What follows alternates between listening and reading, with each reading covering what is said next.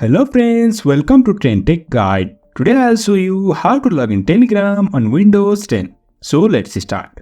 First of all, you can see I am here in my Windows. Now to log in on Telegram on Windows, you need to first download and install this Telegram app. If you don't have this application, please go on I button and watch the video to download and install Telegram app on Windows 10. Click on that and get this app. After you have installed this Telegram app, you will find this icon. Double click on this and over here you can see Telegram desktop. And just click on this start messaging. Now you can see it's asking to scan from mobile Telegram. Now let's head on to mobile and also we can log in using our mobile phone. You can do either the way. For now, I'll use this scan method.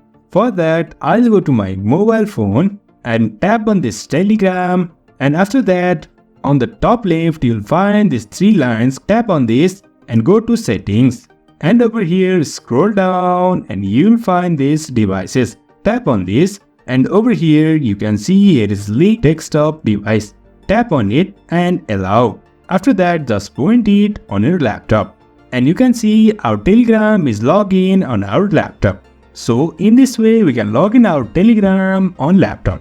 So if you find this helpful, don't forget to subscribe. Have a good time.